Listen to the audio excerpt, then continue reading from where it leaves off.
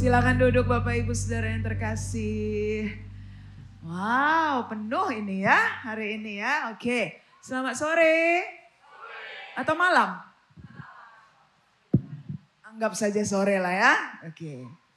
Baik, Pastor Andi, Pastor Lia dan semua Pastor thank you sudah mengundang. Jadi tadi seperti disebutkan, saya psikolog ya Bapak Ibu. Jadi hari ini sejak pagi tadi kita bicara bagaimana kita bisa mengukur kedewasaan iman kita yang kita bisa cek dari perilaku kita. Jadi kalau psikolog itu kan ilmu jiwa. Jiwa itu ada pikiran, perasaan, kehendak yang muncul jadi perilaku. Nah saya berharap hari ini Bapak Ibu kita bisa belajar menjadi orang Kristen yang tidak mengawang-awang. Kalau Anda ditanya 10 tahun, 20 tahun jadi orang Kristen bertumbuh enggak? Susah jawabnya. Kalau hanya mengatakan saya tiap minggu ke gereja Bu, saya tiap hari doa pagi, doa malam, baca Alkitab. Itu belum jawaban indikator pertumbuhan Bapak Ibu. Nah hari ini sejak pagi tadi paling tidak sudah ada 5 hal sampai yang sekarang ya. Tadi pagi kita bicara soal hati yang selalu membutuhkan Tuhan, hati yang mau dibentuk. Jadi orang yang dewasa imannya, hatinya itu seperti tanah liat di tangan Tuhan. Bersedia dibentuk. Miskin di hadapan Tuhan. Jadi kalau hati kita masih ada keras-kerasnya, belum dewasa. Nah gitu aja. 1, hati yang mudah dibentuk. 2, kelemah lembutan. Bukan bicara soal nada suara lemah lembut, bukan. Tapi bagaimana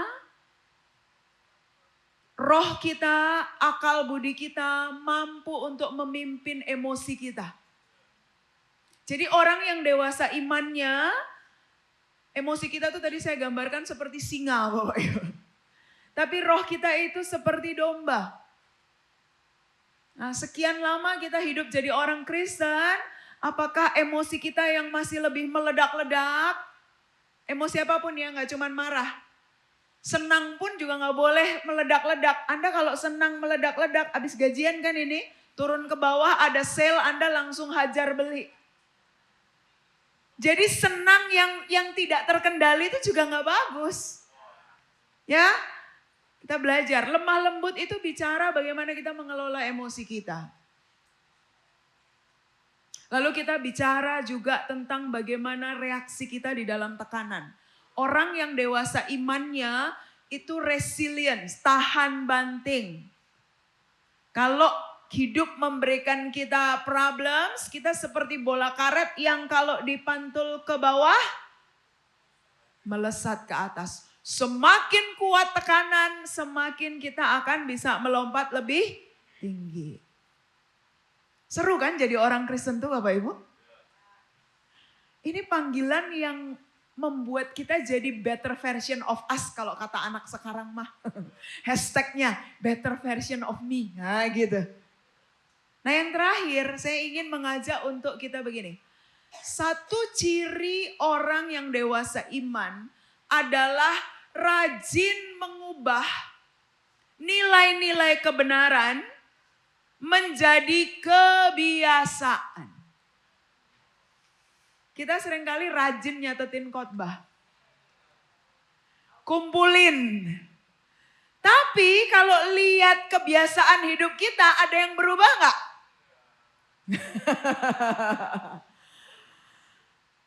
Kita tidak mau menjadi pendengar saja, tapi kita mau menjadi pelaku.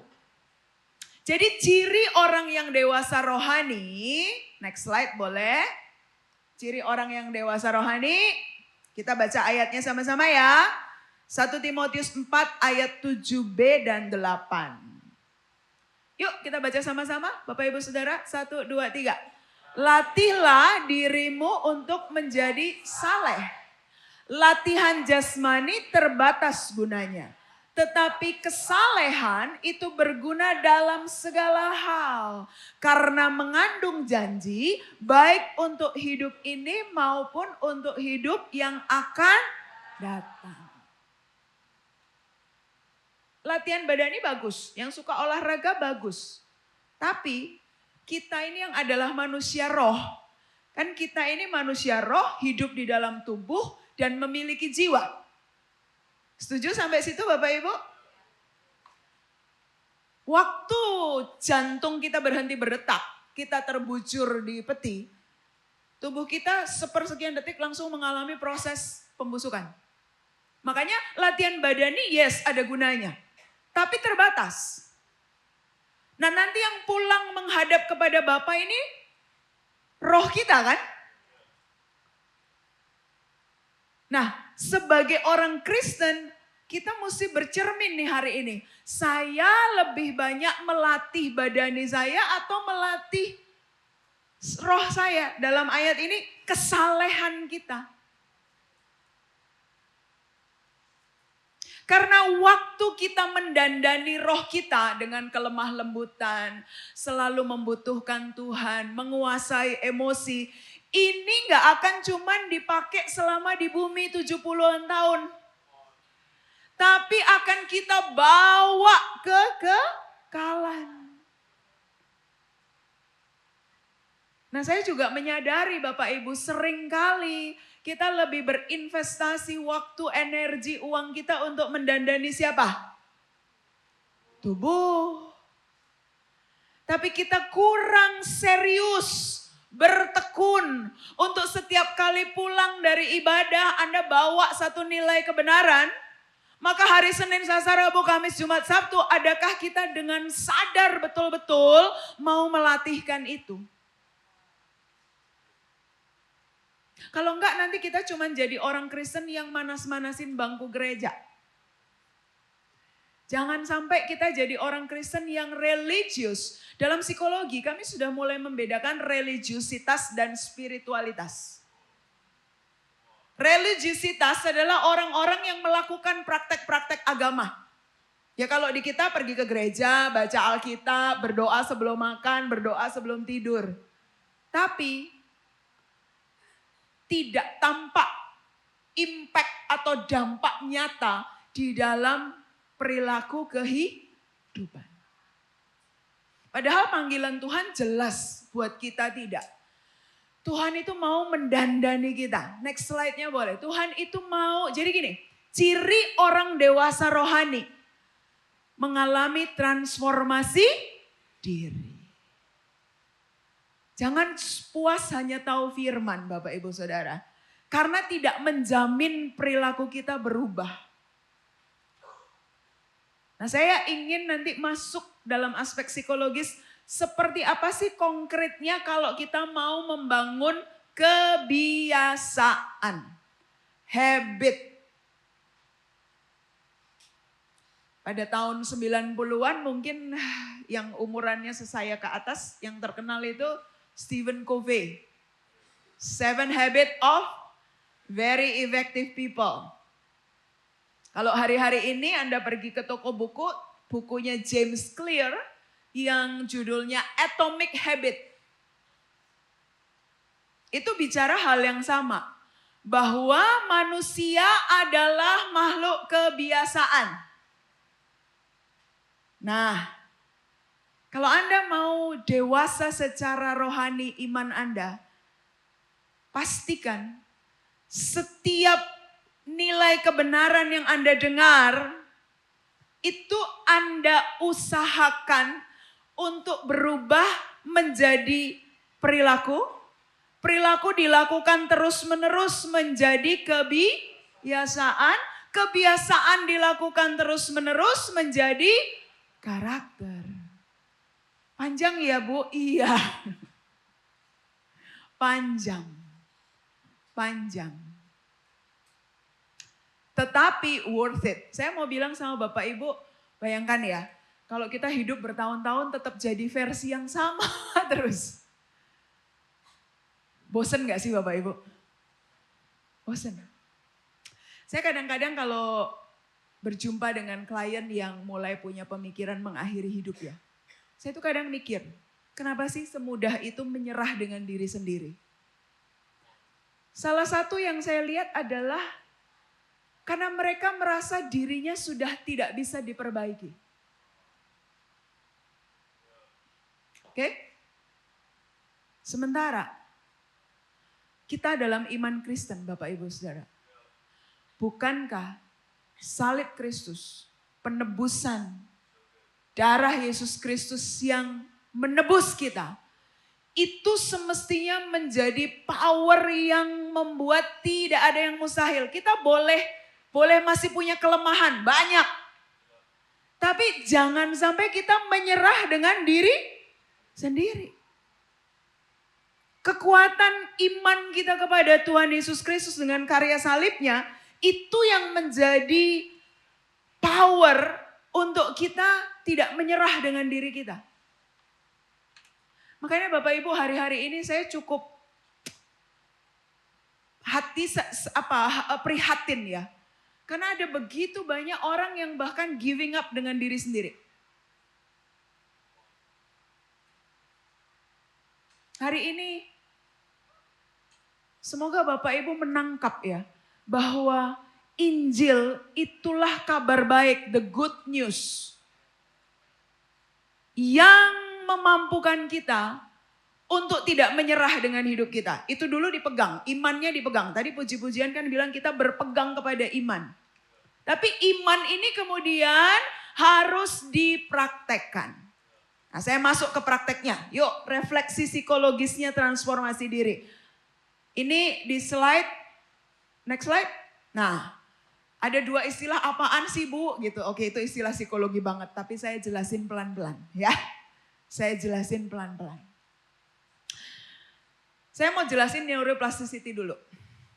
Neuro itu syaraf, plastisitas itu kelenturan. Bapak Ibu, ada kabar baik sekali dari ilmu tentang otak manusia. Sekarang itu kan teknologi medis sangat luar biasa canggih, sampai otak manusia ini bisa dilihat bagaimana cara bekerjanya. Oke ya, dulu saya 97 masuk kuliah S1 psikologi, ilmu ini masih jauh dari Indonesia. Tapi lately sangat banyak, dan neuroplastisitas itu begini prinsipnya. Ini saya selalu suka membagikan tentang ini. Anda tahu, sampai kita mati, jadi pokoknya sebelum jantung Anda berhenti berdetak, otak kita itu mampu untuk membuat connection yang baru. Jadi tidak ada kata, udah tua nih Bu gak bisa belajar, gak ada. Ya, Bu, kalau udah umur 50 belajar hal baru dibandingkan anak SD kelas 2, siapa lebih cepat? Anak-anak, connection di otaknya itu lebih cepat terjadi. Tapi research di neuroscience mengatakan, ini saya ingin Anda nangkep dulu Bapak Ibu. Karena gini, saya sering orang mengatakan ke saya gini, Bu saya orangnya emang kayak gini, pemarah. Udah gak bisa diapa-apain, udah dari sononya. Ini kalau dalam psikologi kita sebut sebagai fixed mindset. Orang yang membatasi dirinya dengan pikirannya sendiri. Kalau Anda berkata tidak bisa, ya Anda tidak akan pernah bisa. Kebalikan dari fixed mindset adalah growth mindset. Orang yang punya pemikiran, oke, hari ini saya belum bisa. Tapi saya akan cari tahu langkah-langkah untuk menjadi bisa. Dan saya akan melatih setiap hari untuk hal itu. Waktu Anda melakukan latihan setiap hari, cerita sedikit tentang otak kita ya Bapak Ibu ya. Saya coba dengan bahasa yang simpel. Waktu kita lahir, miliaran sel syaraf di otak. Sel syaraf bentuknya kayak tangan. Tuhan tuh kalau menciptakan kita tuh aduh luar biasa. Nanti Anda boleh cari di YouTube dah. How the brain cell neuroplasticity Anda cari. Miliaran sel syaraf ada. Tapi ini hebatnya. Belum terkoneksi. Makanya kalau buat orang tua yang Tuhan percayakan anak kandung. Saya selalu bilang. Modal 50-50 kongsian. Tuhan kasih nih miliaran sel syaraf. Tapi koneksinya jadi kayak apa? ada di tangan Anda. Itu such a privilege loh, as a parents. Such a privilege. Oke? Connectionnya ini namanya sinaps. Nah ini sedikit istilah teknikal. Tapi gini, yang membuat sekarang saya bisa ngomong, saya bisa berjalan, Anda bisa ngerti bahasa saya, itu karena all the synapses. Ingat waktu dulu, pasti nggak inget ya, ingat dulu belum bisa ngomong nggak?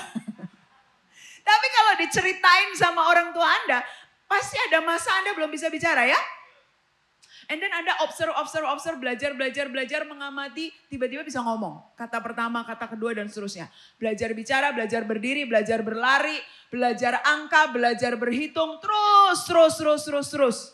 Sampai akhirnya kita sampai di posisi hari ini. Tapi begini, seringkali kita hanya menggunakan kemampuan itu, kita pikir untuk calistung, mata kuliah, pelajaran gitu ya, pekerjaan. Loh, dalam hal spiritual, dalam hal karakter, kesabaran itu juga bisa dipelajari Bapak Ibu. Buah-buah apa aja? Kasih, sukacita, damai sejahtera, kesabaran, kemurahan, kebaikan, kelemah lembutan, penguasaan diri. Ini semua bisa dipelajari. Jadi jangan lagi berpikir, Bu emang bawaan saya kayak begini. Selama Anda stuck dengan pola pikir saya bawaan kayak gini, Anda tidak akan pernah bergerak kemanapun. Makanya latihan jiwa itu membawa kebaikan. Aduh saya kalau merenungkan ini ya, Tuhan tuh kepengen kita selama hidup di dunia ini juga mengalami buah-buah keindahan kalau kita mampu membentuk karakter kita. Relasi yang lebih baik dengan sesama, relasi yang lebih baik dengan diri sendiri. Ya, jadi orang yang tahan banting, mengalami masalah, bisa fight back. Tuhan mau itu. Nah sekarang berita buat Anda adalah, selama Anda masih bernafas, Anda mampu berubah. Dan ini bukan motivasi, ya bisa, bukan ya. Basis saya neuroplasticity of the brain. Hanya problemnya nanti bahan yang pertama, habit loop-nya dibangun enggak? Ini biasanya orang menyerah di sini. Oke, kita masuk habit loop. Jadi udah tahu prinsipnya ya. Coba Bapak Ibu bersyukur ya buat otak yang Tuhan beri.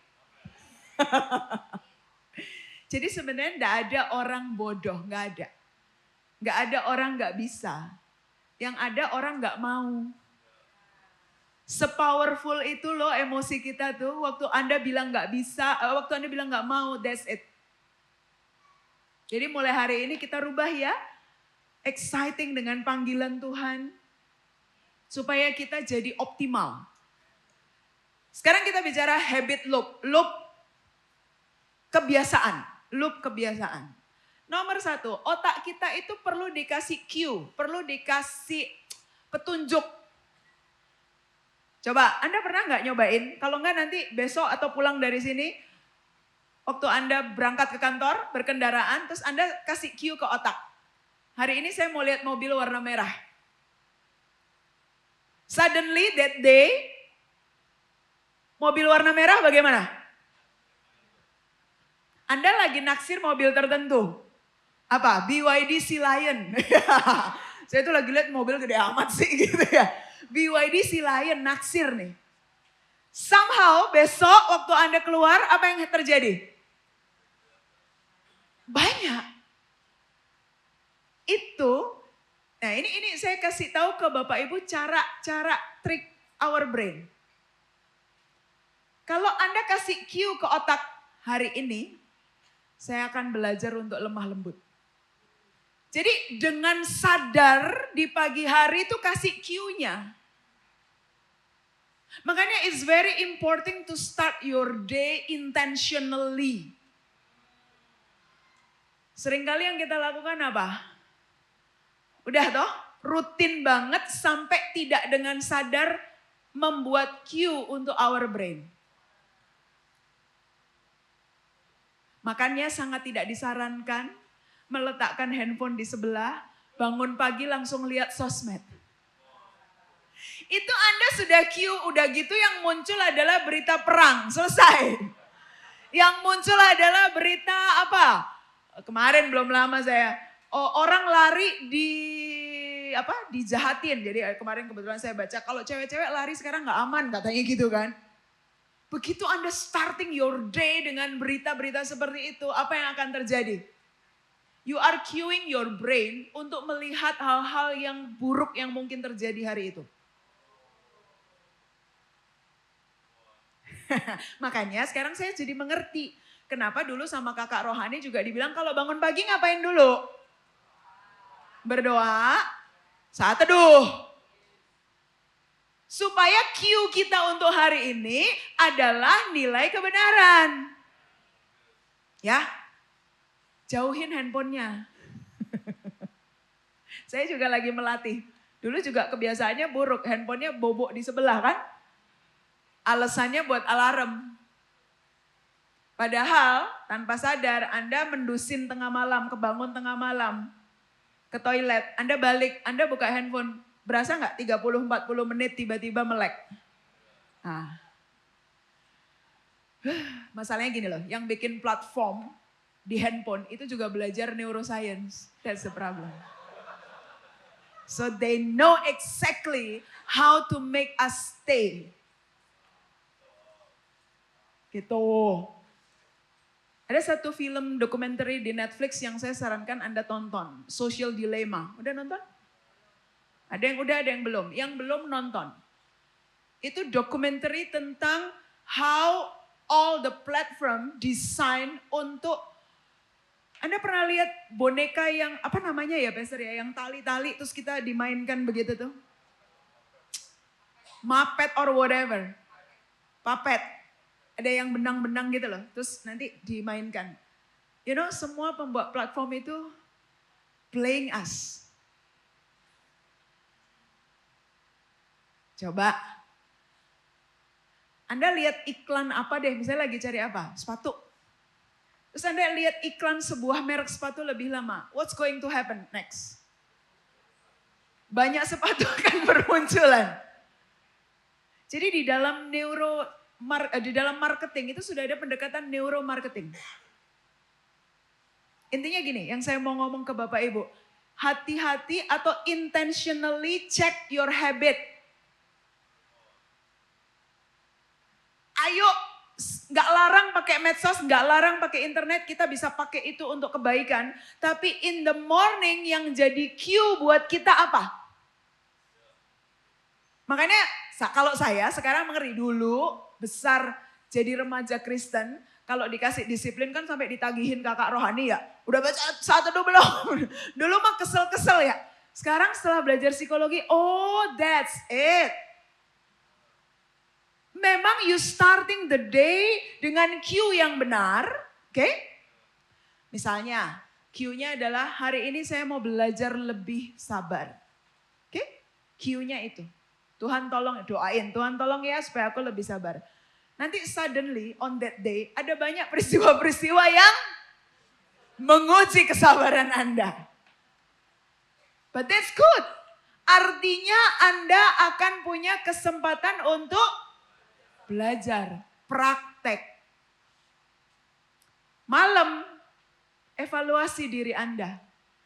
No judgment. Kalau hari ini masih baru 50% bisa sabar, give thanks to God. Dan kasih thank you ya, sudah sabar meskipun 50%. Day by day, day by day. Anda bisa tempatkan apapun cue-nya. Karena kan masing-masing kita PR-nya beda-beda. Ada yang perlu belajar lebih sabar, ada yang perlu belajar untuk lebih optimis dalam hidup. Ada yang perlu belajar untuk lebih percaya dan tidak cemas. Apalagi? Ada yang perlu belajar untuk lebih memilih joyful instead of bitterness and anxiety. Tapi intinya yang saya bayangkan begini loh. Pantesan ya kita kadang jadi Kristen lama. itu stagnan aja gitu. Karena ternyata kita nggak lakukan bagian pembenahan jiwanya. Di bagian ini Tuhan nggak bisa intervensi kalau kita nggak mau. Tapi once we move, Roh Kudus akan menolong kan? Menemani kita untuk mempraktekkan itu. Nah, Bapak Ibu, Q-nya jelas dulu, rutinnya dilakukan, lalu give reward to yourself. Gak apa-apa loh berterima kasih sama Tuhan dan ke diri sendiri. Jadi kalau ini kita terus lakukan, makanya saya simpulkan gini, nilai kebenaran dipraktekin. Nah ini kata kunci penting, repetisi, pengulangan. Saya balik ke cerita otak kita. Otak kita itu kan sinaps-sinaps ini seperti jalur jalan raya. Ya. Misalnya dari sini mau ke puncak. Ada berapa jalur? Bisa banyak ya, bisa lewat jalur utama, bisa lewat jalur alternatif. Tapi dulu waktu yang udah cukup lama, sebelum ada jalur alternatif, only one way. Yes, ketika jalur alternatif dibuat, yang istilahnya membelah hutan, perlu waktu enggak? Perlu. Apa yang dilakukan oleh pembuat jalan? Berulang kali membuka. Pohon-pohon ditebang, batu-batu dipasang, aspal dipasang. Analogi yang sama. Sebuah kebiasaan, kalau cuma dilakukan 1 hari, 2 hari, itu seperti buka jalan di hutan, belum selesai, belum jadi jalan raya. Kalau Anda tanya, Bu secara psikologis kira-kira bagaimana? 3 bulan dilakukan berturut-turut tanpa henti. Itu di bukunya James Clear yang Atomic Habit. Itu buku psikologi banget basisnya. Jadi sebuah kebiasaan baru, mengubah jalur di otak kita, itu butuh dilakukan 3 bulan in rutin. Bisa. Minimal 3 bulan. Oke, seringkali kita berhenti di apa? 2 minggu. Masih semangat 1 minggu, 2 minggu masih semangat, 3 minggu lost.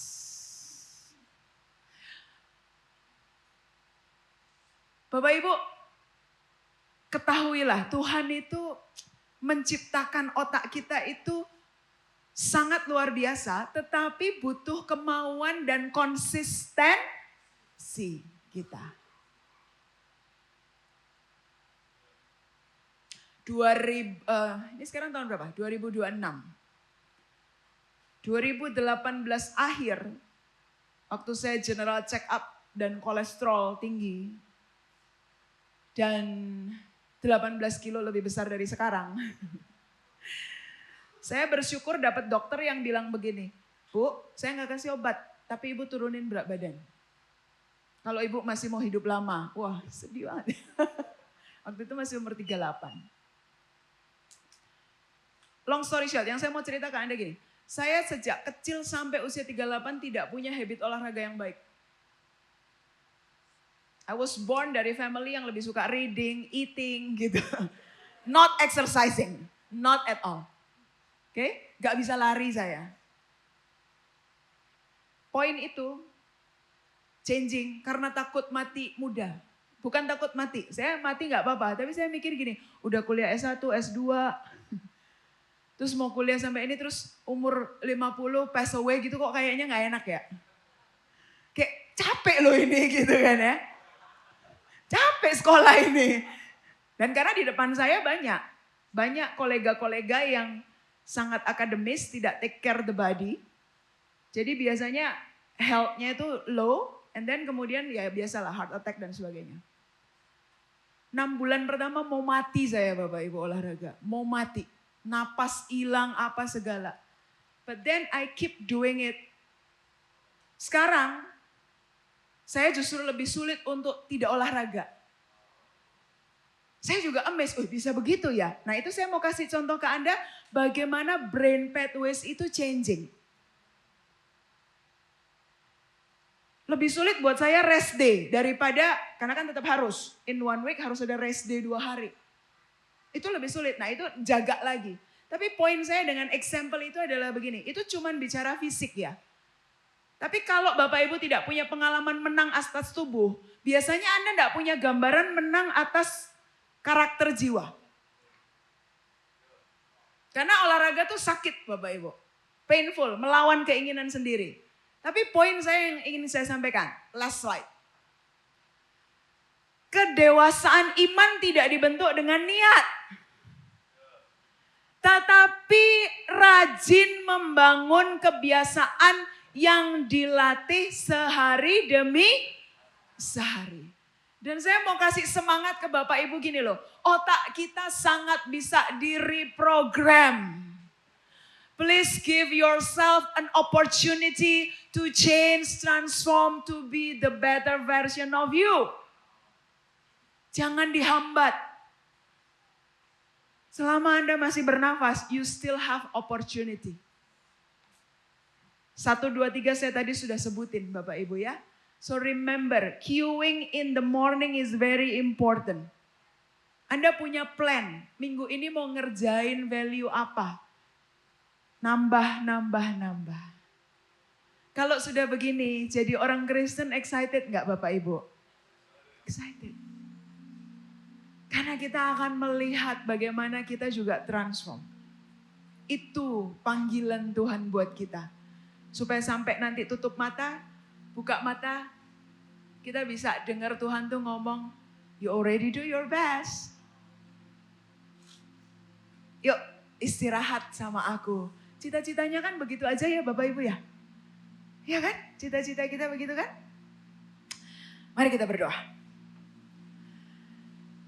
Bapa, terima kasih karena Engkau mengaruniakan kami tubuh dan juga mekanisme otak yang luar biasa.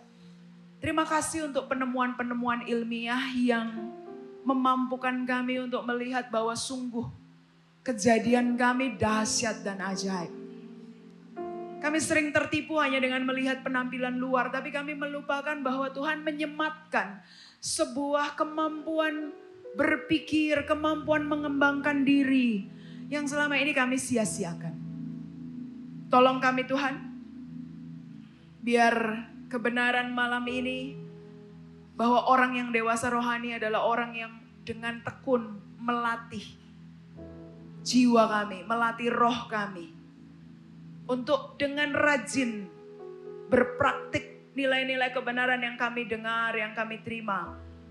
Kami kerjakan sampai menjadi perilaku, menjadi kebiasaan, dan akhirnya menjadi karakter kami. Ampuni kami kalau seringkali kami malas Tuhan. Seringkali kami hanya berdoa minta diubah Tuhan. Tapi sejatinya Tuhan menunggu untuk kami melakukan bagian kami. Dan Tuhan memberkati usaha kami. Terima kasih Bapa, terima kasih. Bersyukur sungguh kami masih diberi kehidupan. Hamba berdoa Tuhan kalau ada saudara-saudara di tempat ini yang hampir menyerah dengan diri sendiri.